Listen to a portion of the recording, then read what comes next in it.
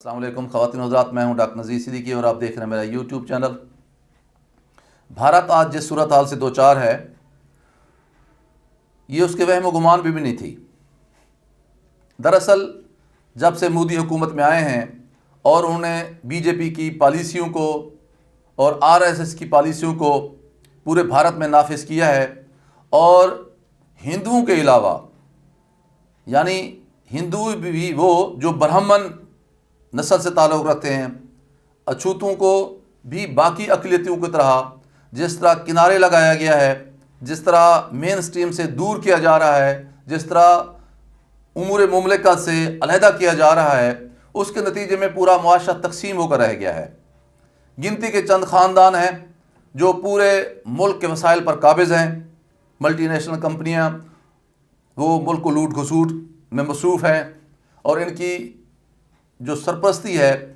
وہ نریندر مودی اور اس کے چند رفقا وہ کر رہے ہیں۔ سوشل میڈیا پر،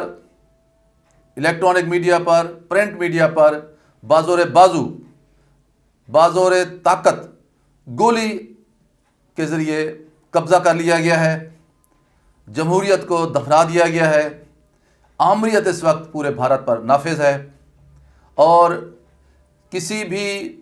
اپوزیشن کی آواز کو سامنے نہیں آنے دیا جاتا۔ سکھوں کی حالت دیکھ لیں، کاشتکاروں یا فارمرز کی حالت دیکھ لیں۔ پہلے مسلمانوں کو سی اے کے نام پر پریشان کیا گیا ہے، شہریت کے حوالے سے انہیں عدم استحکام اور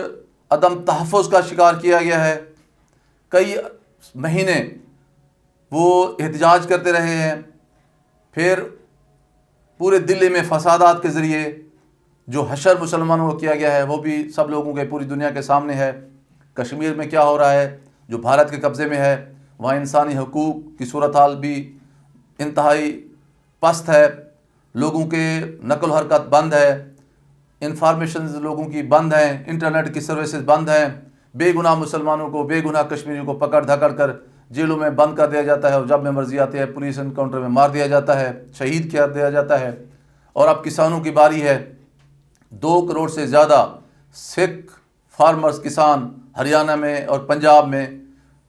کئی ہفتوں سے احتجاج کر رہے ہیں، لیکن مجال ہے کہ مودی کو ان پر کوئی رحم آیا ہو، کیونکہ وہ ہندو نہیں ہیں۔ ان کی اجناس اب مافیا کے رحم و کرم پر ہوں گی۔ یہی وجہ ہے کہ اب سکھوں کے اندر یہ جو مایوسی ہے وہ فرسٹریشن میں اور اب علیحدگی کی صورت اختیار کر رہی ہے۔ یہی وہ پس منظر ہے جس کو سامنے رکھتے ہوئے ہندوؤں کی ایک اور انتہا پسند جماعت جس کا نام ہے شیو سینا، اس کے رہنما جو ایوان بالا کے، بھارتی ایوان بالا کے رکن بھی ہیں، سنجے راوت، انہوں نے کھل کر کہہ دیا ہے کہ مودی کی پالیسیوں کی وجہ سے بھارت سابق سوویت یونین کے انجام سے دوچار ہونے جا رہا ہے، جس کا مطلب یہ ہوا کہ جس طرح سوویت یونین نے افغانستان میں مداخلت کی اور کئی سال کی جنگ کے بعد جب شکست کے زخم لے کر واپس گیا تو اس کی اقتصادی حالت اس قدر بری ہو چکی تھی، اس کی قوم اتنی تقسیم ہو چکی تھی، اس کا وفاق اتنی کمزور ہو چکا تھا کہ پھر سابق سوویت یونین کئی ریاستوں میں بٹ گیا جو اب آزاد حالت میں دنیا کے نقشے پر موجود ہیں۔ ایک انتہا پسند ہندو سیاسی جماعت شیو سینا کے ایک اہم ترین رہنما کا یہ کہنا کہ بھارت بھی اسی انجام سے دوچار ہونے جا رہا ہے جس سے سوویت یونین ہوا، اس پر نہ صرف بھارتی قوم کی آنکھیں کھل جانی چاہیے بلکہ بھارتی اسٹیبلشمنٹ کو بھی دیکھنا چاہیے، اور آر ایس ایس اور بی جے پی کو بھی دیکھنا چاہیے کہ ان کا سفر کس طرف جا رہا ہے۔ پاکستان نے انتہا پسندی اور دہشت گردی اور بھارت کی پراکسیز کو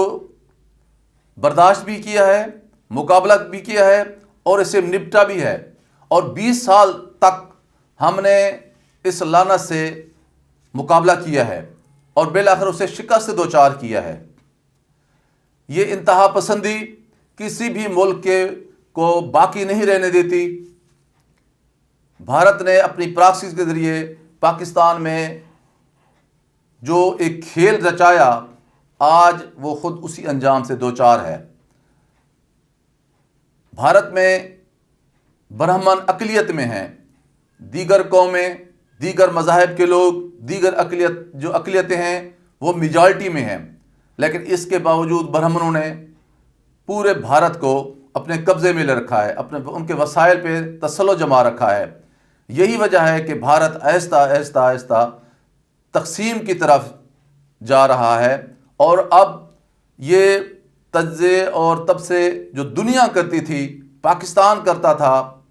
عالمی نیوز چینل کرتے تھے، اب خود یہ آوازیں بھارت کے اندر سے اٹھ رہی ہیں۔ اس لیے بھارتی حکومت کو اور بھارتی اسٹیبلشمنٹ کو اب سوچنا چاہیے کہ وہ اپنے وسائل اپنی عوام پر خرچ کریں، اپنے شہریوں کی اچھائی کے لیے، دیکھ بھال کے لیے، ویلفیئر کے لیے خرچ کریں، ان کی ہیلتھ ایجوکیشن کے لیے خرچ کریں، سکھوں کو مراد دیں، سکھوں کے جو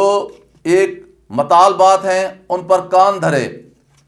اور اقلیتوں کو دبانے، دباؤ میں لانے، ہر وقت خوف میں مبتلا کرنے، ان کی نسل کشی کرنے، اور ان کو ہر لحاظ سے پسماندہ رکھنے، اس پالیسی سے بھارت کو طیب ہو جانا چاہیے، کیونکہ اب جو دور ہے یہ گلوبلائزیشن کا دور ہے۔ اب کوئی بھی ملک باقی دنیا سے کٹ کے نہیں رہ سکتا۔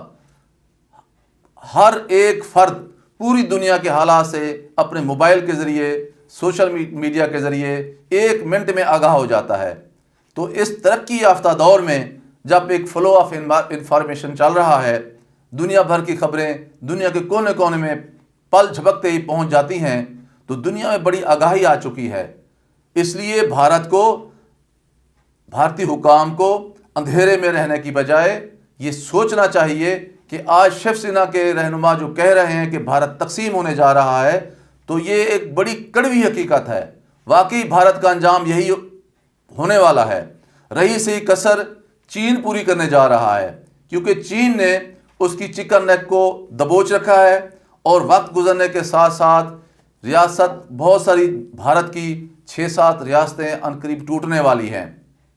اور بھارت نے اپنے بہت ہی ایک اہم ترین اتحادی روس کو چھوڑ کر جو امریکہ کو ترجیح دی ہے۔ یہ امریکی خود کہتے ہیں، ایون ہنری کسنجر نے کہا ہے کہ امریکہ سے دشمنی اتنی نقصان دہ نہیں ہے جتنی امریکہ سے دوستی نقصان دہ ہے۔ اور پھر یہ ہم پاکستانیوں سے پوچھئے کہ امریکہ کے ساتھ دوستی کر کے ہم نے کیا فائدہ اٹھایا ہے اور کتنی ہم نے زیادہ نقصانات اٹھائے ہیں۔ امریکہ سے دوستی کی موجودگی میں ہی ہمارا ملک 2 لخت ہو گیا، لیکن امریکہ نے ہماری کوئی مدد نہیں کی، جبکہ روس نے بھارت کی ہر طرح سے مدد کر کے ہمارے ملک کو 2 لخت کیا، جس کا بدلہ پھر بعد میں ہم نے افغانستان میں روس کی مداخلت کے بعد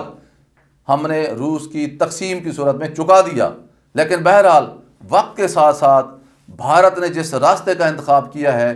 یہ نوشتہ دیوار ہے کہ بھارت اب مختلف ٹکڑوں میں تقسیم ہونے جا رہا ہے، اور جس کی تصدیق اب اس کے ایوان بالا کے ایک انتہائی اہم رکن سنجے راوت نے بھی کر دیا ہے۔ خواتین و حضرات، آپ سے گزارش ہے کہ میرے YouTube channel doctor Nazir Siddiqui کو سبسکرائب فرمائیں اور گھنٹی کے بٹن کو ضرور دبا دیں تاکہ میری تمام ویڈیوز آپ دوستوں کی خدمت میں پہنچ سکیں۔ اپنا خیال رکھیے، اپنے دوستوں کا خیال رکھیے، ارد گرد کے لوگوں کا خیال رکھیے، اور سب سے زیادہ میرے پیارے پاکستان کا خیال رکھیے، جو ہماری پہچان ہے۔ پاکستان زندہ باد۔